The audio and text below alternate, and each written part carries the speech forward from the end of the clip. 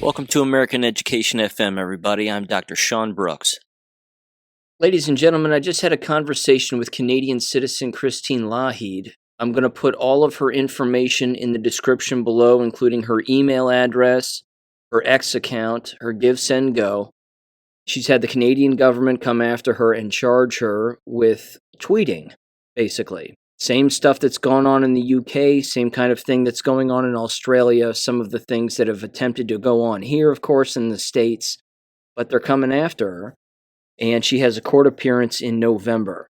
So make sure and check out all of her links below. Give her a donation if you can. Give her some legal advice if you can. Reach out to those platforms and reach out to her on those platforms if you can, or if you know anyone who can help. And again, move this episode around. We would both greatly appreciate it. Christine, go ahead and tell everybody what's gone on, where you live, and what's happened to you as a result of making particular tweets. And then, of course, what did you actually tweet? Just lay out a chronological order of what went on here. Well, I'm active on Twitter, and I do post about the replacement of the citizens in my country with people who I don't want here, which would be everyone who is not a natural white European, who I believe belongs to Canada. And I guess that draws a certain amount of hatred from certain groups. I get a lot of Indians trying to track me down. I guess an Antifa, I guess the Karen mob, maybe the blue hairs, whatever, whatever you call them. And I accidentally, I found a cat one day, and I took a picture of it.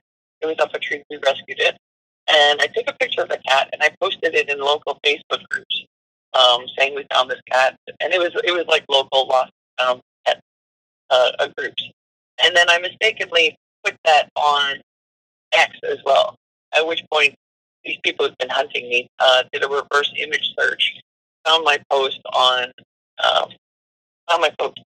Facebook, and then from there figured out my business, my phone number, my address, my vehicle, everything.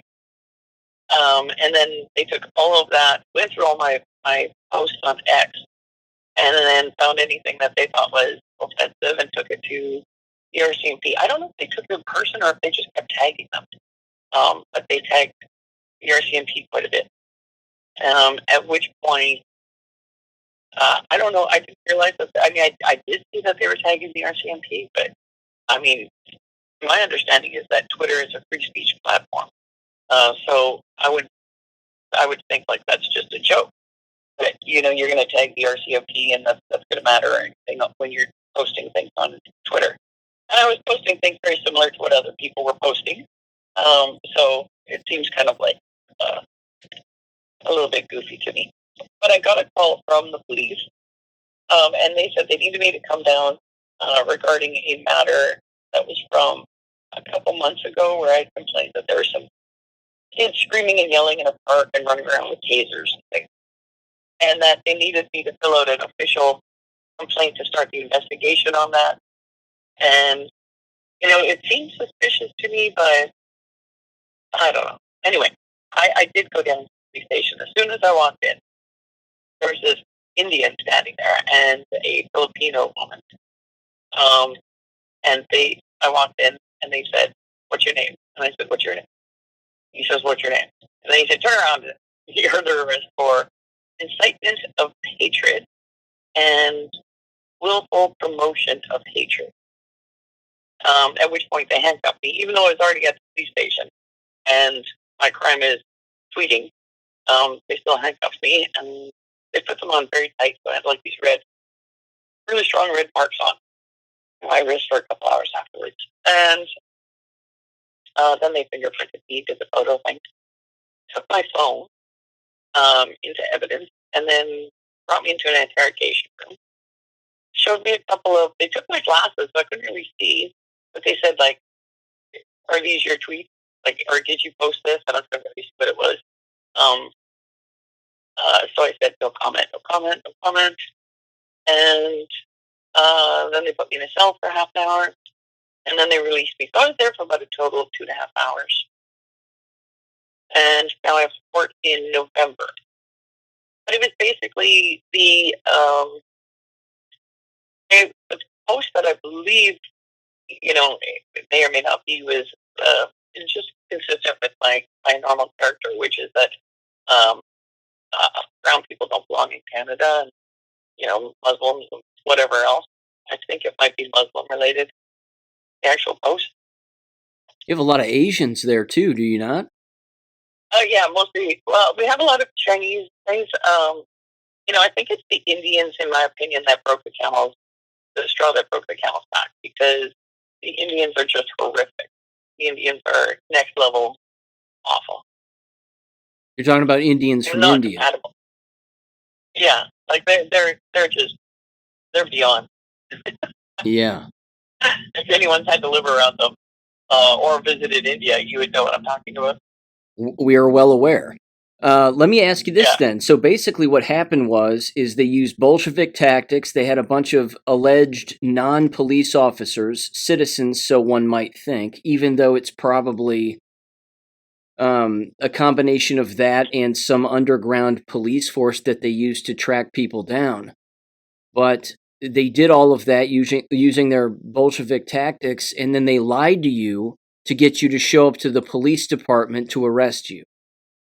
And then they let Yeah, you. I thought I was helping them with something, a case, and instead they arrested me. I did make the investigator who did that, who actually made the phone call and was interrogating me. I told him, I said, you're basically like a puppet for the state, and you should be ashamed of yourself for what you did. If you wanted to arrest me for tweets, you could have just called me and told me that, you wanted to arrest me for that. I probably would have still let you, but um, you don't have to lie. I don't understand the police lying to the citizens. Oh, it's a common thing just about everywhere. Yeah. Yeah, How long did they detain you? it was about 2.5 hours. And then they let you go with a citation. And A citation to uh, um, be of good behavior, which is pretty weird and generic, and also that I am not to use the internet or possess any devices that connect to the internet. and Which they is strange too, because I have not been convicted of anything. So how do I have a penalty? But it's Canada. I think they just make up stuff as they go along. yeah, it sounds like they're certainly running by a different playbook. I mean, Mm-hmm. I don't know Canadian law at all, but that's not good. That's putting it mildly. What's the province where you are, and who's your premier? I am in British Columbia, Gotcha. Canada, and I'm not really sure. That's all right. They're probably an asshole. Yeah, I don't actually tend to follow Canadian politics that much, because I guess I don't really think it matters. I mean, we have bigger Jewish problems than who my premier is. I mean, what's the penalty then? What's the alleged fine or sentencing that may come down as a result of what you've been charged with? Well, it's oh, look at a little rabbit. Um, it says that the charges are. It said from like May 10th to August 6th, and they arrested me on the 7th. So my guess is that's why they took my phone. Is they just wanted to go through my phone and then add a bunch of charges um, to it. Uh, so I think I really don't know what the end tally of offensive tweets that they're going to find is going to be, but it seemed to be 2 years in prison or $5,000 fine, and that was per charge. Um, so when they're done tallying up my tweets or something, I don't really know. I don't know. I don't know if it's just the one charge, and then they're going to add like a ton of evidence to sustain there to back up that one charge, or are they just going to add the charge for each tweet? I don't. There have to have been other Canadians who have experienced this. I mean, there's no way that you're the only one. This must be a rampant problem, is it? I did have someone send me a link where they found another person, one other person who's been arrested for tweeting. But I don't think it's a rampant problem. I mean, it might be just starting because, as we can see what's going on in the UK is heating up with arresting people for, just standing in certain areas where a protest is going on, witnessing a protest. They even threaten to arrest people in other countries who say negative things about Muslims in the UK. Like they were gonna, we don't care what country you're in, we're coming for you. I don't know if you guys saw that. Wow. Yeah, we did. Yeah, And we just gave them a big middle yeah. finger. So I think that it might be quite similar to that. Maybe I'm the first of many. Maybe they want to send a message. Maybe they had to do it because the little Antifas wouldn't leave them alone and kept harassing them to press charges. I don't know. The case of the Antifa. It's really strange too because I don't really understand the mindset. Like I myself don't really feel like if I find someone with a different point of view, trying to get them to lose their job and hunting them down, finding their address and calling the police on them for wrong things, you know, They're not cut. I'd rather have a conversation. Yeah, no kidding. Well, they don't think that way, and they certainly don't behave that way. I mean, these are individuals who have orders as citizens, just like police have orders, and they blindly follow them. And as I bring up on my show with Yeah. regularity, it's not just government; it's all avenues, including the education system. These people all have orders, and they blindly follow them without asking themselves if it's right or wrong, because they have no concept of right or wrong. Yeah, one of the main people who's just incessantly following me and messaging me, and I actually ended up having a block her and stuff. But I actually invited her into X Space. I said, "Come have a conversation." I said, "You have my phone number. Give me a call. Let me explain my perspective to you." And she was like, she would just resort to name calling. That's like, I don't talk to Nazis. Yeah, yeah. There you go. That old term strikes again. Oh, it's awful. Yep, just ridiculous. So, I mean, do you have a support system of any kind? Do you have friends who are, friends who you've talked with, family you've talked with about any of this and what's going on? What are their thoughts? I don't have family, but I do have ex friends. Not ex like as in former, but ex as in Twitter. Sure. um, I do have a Twitter support group who are trying to help me find lawyers and who recommended that I set up the Give Send Go. And yeah, they're being awfully supportive. And of course too, like they're worried. It's unfortunate that I kind of regret telling them because it made some of them kind of nervous in their own countries. Like Australia is pretty insane right now too. Australia, Canada, and the UK are very similar with their amount of tyranny.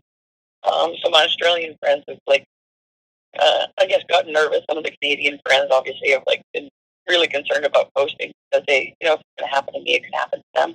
Because I'm not really saying anything different. They know what I post, and it's not.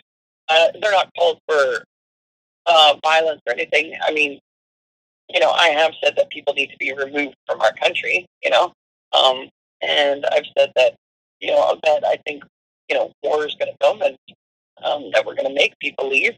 But those aren't direct calls for violence against individuals. Those are, I work with foreign invaders that have been brought in unlawfully to be removed from my country. I mean, as Canadian citizens who our ancestors created this country, we conquered it, we settled it, we created the civilization that everyone is desperate to live in. Our ancestors, my great-grandparents, my grandparents, my parents, and myself have never voted to have Africans and Indians in here. And the people from the Philippines or China. It's not like a bunch of white people were sitting around enjoying civilization that they created or their descendants. You know what? This thing is African and Indian. That would make this better. I mean, of course, that's nobody's fault when you have a peaceful, homogenous, high-trust society. That a bunch of diversity will improve it. A bunch of people from countries that can't even figure out their own countries and are full of lawlessness and immorality and violence. Let's bring those in. Yep, and that's been scientifically proven, decade after decade after decade. I mean, there are endless academic papers about that very thing. That when you diversify, quote unquote, based on skin color, the community disintegrates. Which is the plan. The plan is to disintegrate us. That's right. Disintegrate our society. If you anybody, I was so shocked when the Indians flooded in. Which, by the way, they flooded in during COVID, right? So it was kind of this, and this sort of happened to all of the white countries at the same time. Is that as they put us on lockdown and said, "Don't leave your house," that's when all of a sudden millions and millions of people were flooding our country, who also were not vaccinated. So it was kind of weird, They were like, for the safety of everyone, stay inside. And then they sneak all these people in by the millions. Expect us not to know this. Because we were like hugely distracted with the look over here. But if any politician had even looked at India for a second, I assume they did, but there's no way that those people belong in any country ever. That's a country that should be literally walled off, have their internet removed, their electricity removed, and definitely remove any planes and boats. They're vile. They have no morality in their culture. They pride themselves on scamming and theft, and they think that they can exploit anyone if they are lesser than because of their caste system beliefs. So if you're vulnerable, watch out because they are allowed to rape you and kill you and whatever. And if you complain about it, there are many cases of women complaining about being raped, and then they get raped at the police station. There are women who have gone to the hospital and given birth, and then after they give birth, they're raped by the doctors. Like, it's an insane country. And, they've had thousands of years and they haven't figured out toilets or garbage. The entire country is covered in garbage, and that's because Indians believe that it lowers their caste level to be seen holding garbage. Because only the lowest of low would handle garbage, right? Like all their servants that they hire.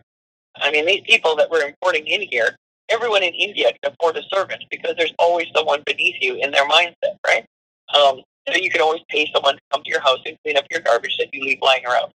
So when they go out in public, they don't want to be seen as that lower person who's used to handling garbage, and they just drop it. And that's what, of course, they're doing here. They're shitting outside and dropping garbage everywhere. And, of course, raping. And, I don't know if you guys are familiar with the Humboldt disaster, but they've been given all these truck driving jobs, and they're not qualified to do them. And pretty much every Indian in here is here unlawfully. They scam their paperwork, they lie, they cheat every single way possible to get to this country, and all their credentials are lies. They set up these schools and then pass each other with no, ability to actually do anything, speak English even. It's all completely scammed. But these Indians who are taking over the driving industries and only hiring other Indians because they're hugely in nepotism, they're killing thousands of Canadians on the road. They killed the Humboldt disaster was this one Indian driver ran into a bus full of white teenage hockey players and killed the entire team. There's about 12 of them, I think.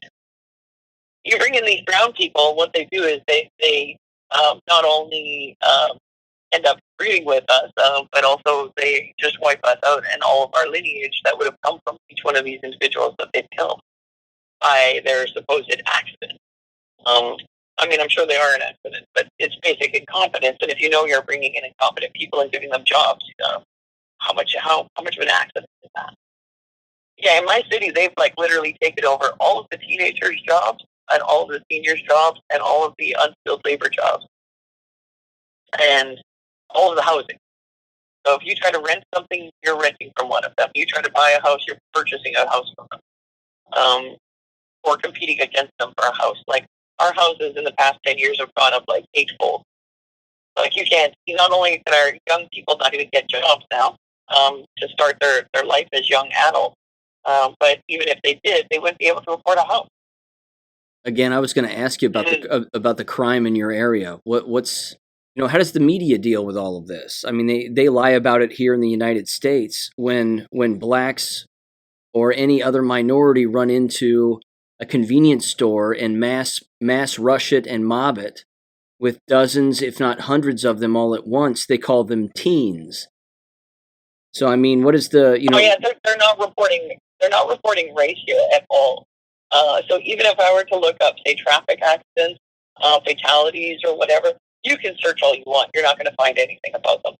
Although, if you do look up Canada's top 10 most wanted or top wanted criminals, you'll see that it's all brown people. So I mean, you can basically do the math of. They don't even tell us honestly how many people are here. They don't. I don't even think they actually know because they just let them flood in.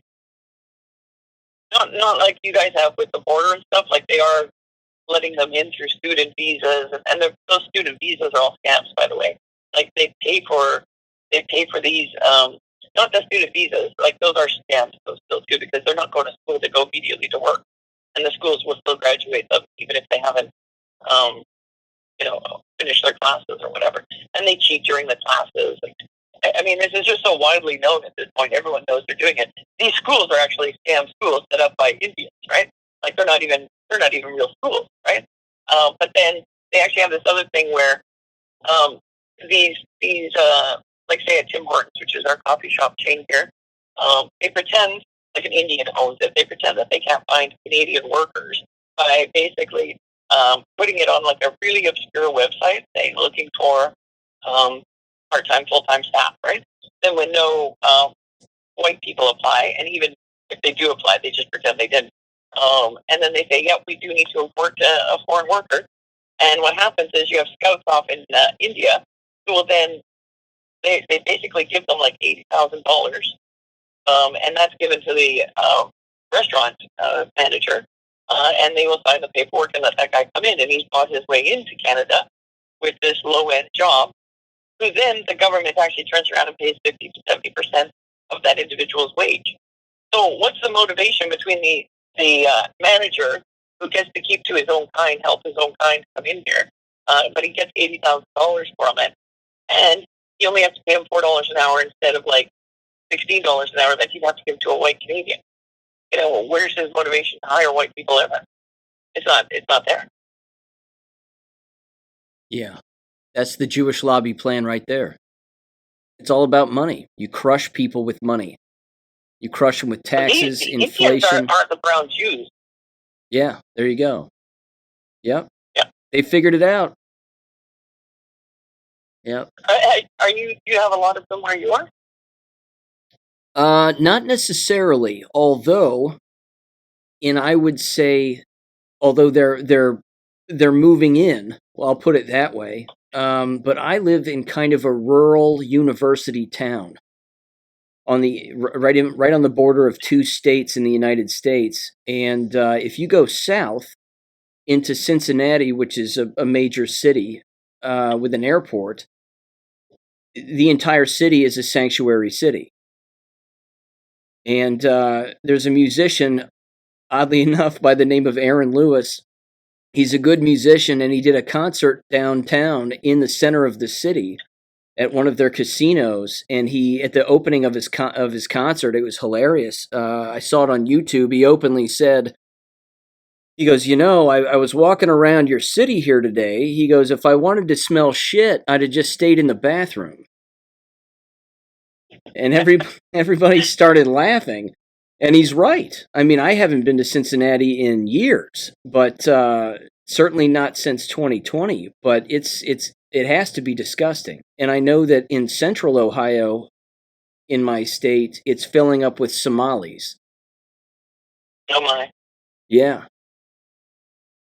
And again, it's a giant game for these people. It's a giant game for politicians. They don't talk about it. They don't speak about it. As states, they have no idea, although they do, that as states in the United States, they could keep any illegal out of their state if they really wanted to. They could declare a state of emergency. They could keep out illegals. They could send them away. But much like Canada, and much like everywhere, the police and the politicians are all blackmailed. And that's the only way that you get into those positions is by being blackmailed. So if you're blackmailed and you're owned and you're bought and you're sold, it's game over. You're going to do whatever your masters tell you to do. And right now, they're telling people to take in illegals on a constant basis. They fly them in on planes. It's Christian and Jewish organizations flying them in on planes. Canada doesn't really have as much of a problem with illegals. But like to me, I always say legal versus illegal. It doesn't even matter. It's the same results, right? True. It's the overthrowing of our country. It's the demographic change. It's just horrific to live by people who have extremely low IQs. They're savage. The assimilation concept is a joke and a lie anyway. I mean, I think it's just a Jewish psyop, which is, the theory is, give them some time and they'll suddenly magically turn into you in a few generations, which basically means just give us some time to flood you. Be patient while we flood your country and everything will work out fine. It's just like, come on, trust us, bro. It's ridiculous. Like, and the thing too is for people like, oh, I'm so assimilated. And then I talk to them, like say an Indian who's born here, third generation. All of his values are that of an Indian. He's literally raised by Indians who were raised by Indians, right? Like that's just a generation that, the only difference is that he's a little bit familiar with our culture and our language. But his value system is still from India. So he's still like chasing that almighty dollar. He's still willing to sell everyone out. And I asked them too, like, so if there's a civil war and we're going to send you guys back, and they come for you, and he's like, oh, I would just go to the U.S. And I'm like, well, see, now a Canadian would die and like dying for their country, but you're happy to just go elsewhere. So you obviously don't even consider yourself Canadian, even though you're born here and you swear you're Canadian. At the drop of a hat, you're going to take off to another country. You have no loyalty to Canada, and they don't. They know they're not Canadian. Do you know of any other, do you know of any groups, organizations, anybody who's fighting government in Canada regarding any of this, or is everybody just kind of yelling online and not speaking out to local politicians or anybody? Well, there's a group called Diagolon, and they've been doing some touring and stuff, and they're trying to, rally the troops while trying not to get arrested by saying things that are too offensive. I guess it's a fine balancing act, right? Amazing. It's really unfortunate because anybody who wants to speak up about it has to navigate not getting arrested or charged as a terrorist or whatever. I actually thought that would apply more to like I am very aware that we're pretty crazy here, and I thought, there's certain activities, if I held a sign out saying they must go back or send all the brown people home or whatever, I thought like, well, maybe I'd get arrested for that. But I naively thought that using the internet and specifically Twitter, I know it's not a free speech platform because I'm on my 10th account, so obviously it's not completely free speech, but I still thought it was without being able to be under the grasp of the law in Canada, that's for sure. Are you on Gab? That was naive, I suppose. No, the only two I have is I have Facebook for Marketplace and posting animals that I find, and then Telegram and X. And I have a Rumble, but I don't post anything. I did post things. I used to have a YouTube channel that had 96,000 subscribers, and it was getting 1 million views a day. It's called Canadian Girl. And YouTube shut that down and then didn't even pay me what they owed me.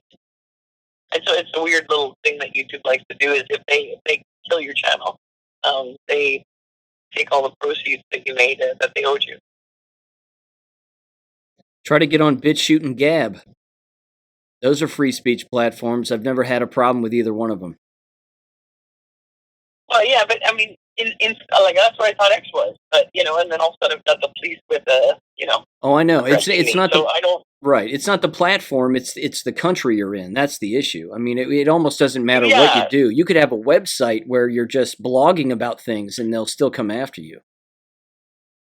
Yeah. So the fact that I'm a Canadian citizen is I guess the problem, and that I'm discontented with my country being overthrown with shitskin. Sure.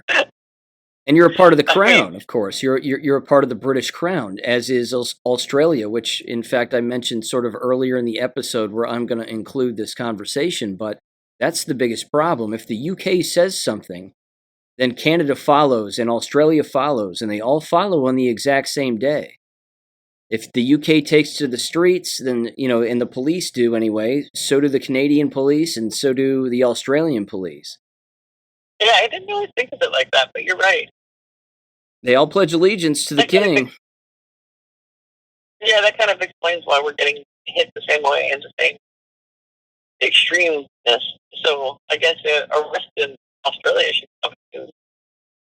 There you go. I'm sure it already has, which is terrible. Yeah, I haven't heard of any from my friends, but I mean, these are basically too, like, the weird thing too is, like, if 40 years ago, if you told my parents or 60 years ago told my grandparents that we were going to be flooded with people from India and Africa, and that if you say anything about it, and you say you want them to go home, and that they don't belong here, you're going to get arrested, they'd have been like, I really wish they could have known, because they would have fought harder then.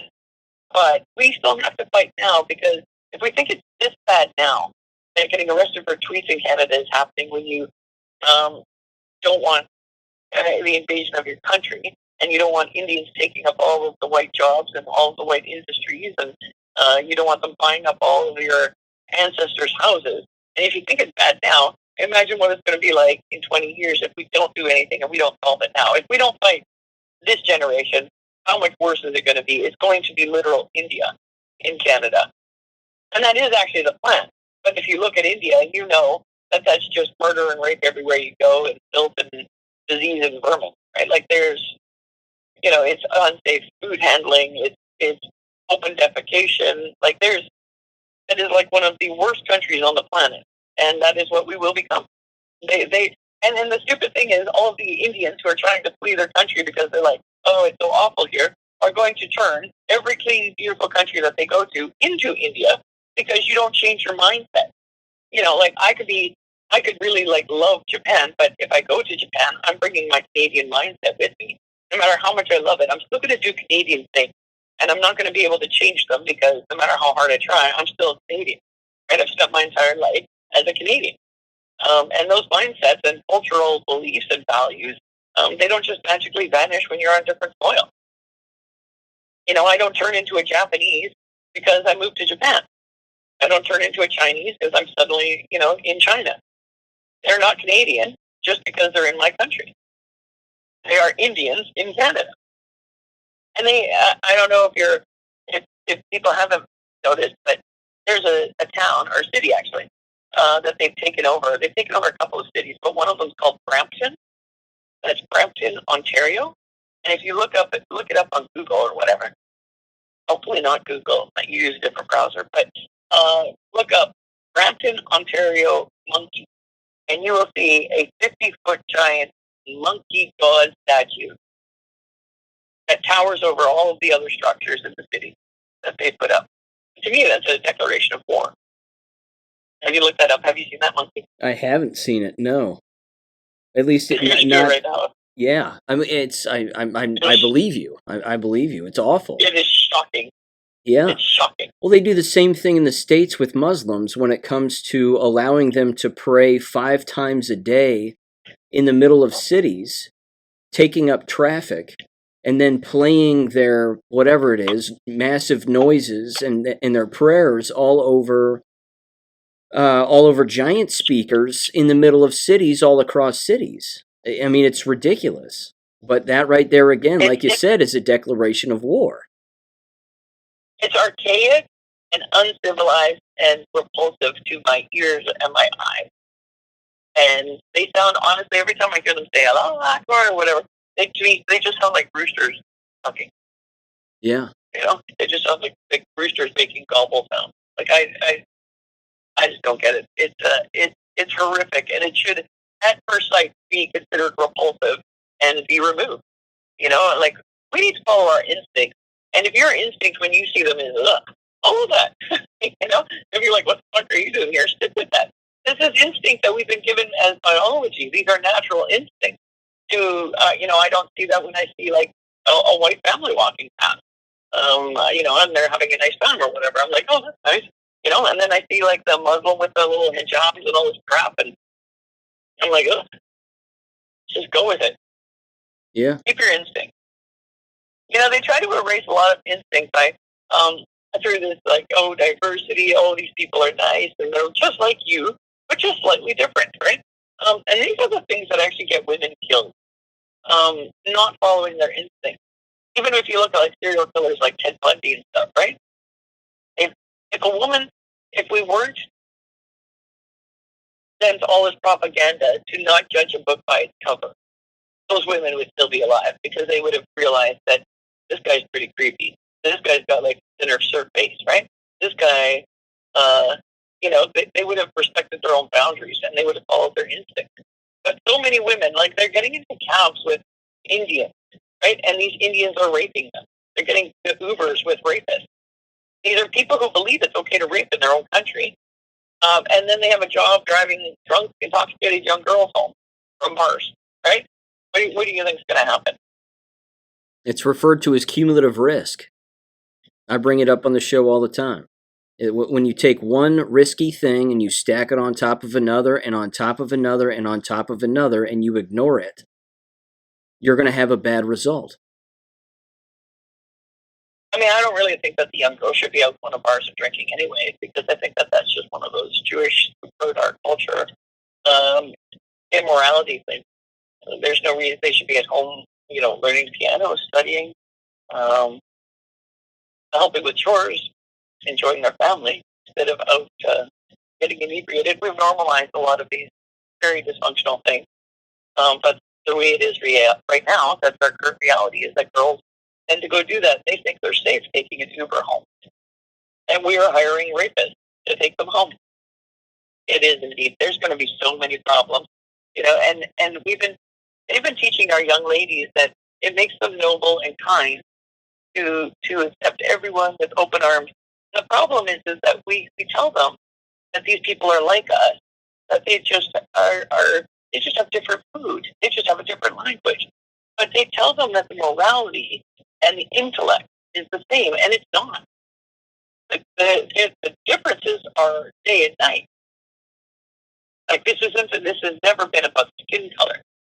This is about culture. This is about DNA. This is about IQ. I agree with you 100%. You're preaching to the choir, and it's beyond awful. Clearly, what's happened to you. And again, it certainly feels like the walls are closing in, as I say consistently, and it certainly seems to be the case. They're closing in all over the place. Where again, something's going to have to happen. And as I say in the previous episode, I discuss, how there has to be a historic response to this, because this is worse than what it was back in the 1930s in Europe.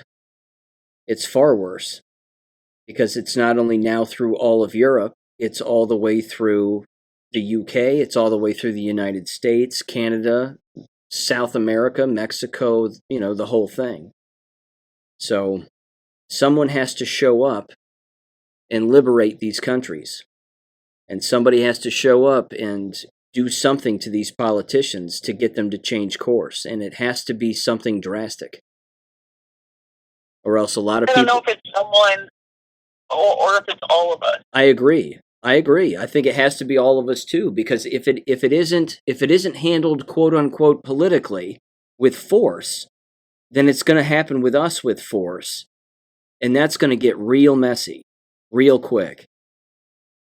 If everyone, here's the interesting thing too about finding that someone, hypothetically, if we all spoke up loudly and we all spoke up daily, and we were not silenced, one, they can't arrest us all, and two, the leader, the someone that we're all kind of searching for, that amazing someone who encapsulates all of our ideas with a certain amount of charm and forcefulness and all that we were hoping for, would actually emerge from that just naturally. If every one of us spoke up, they would just naturally gain more followers than everyone else. They would gain more people listening to them just because of who they are, right? That they're out there.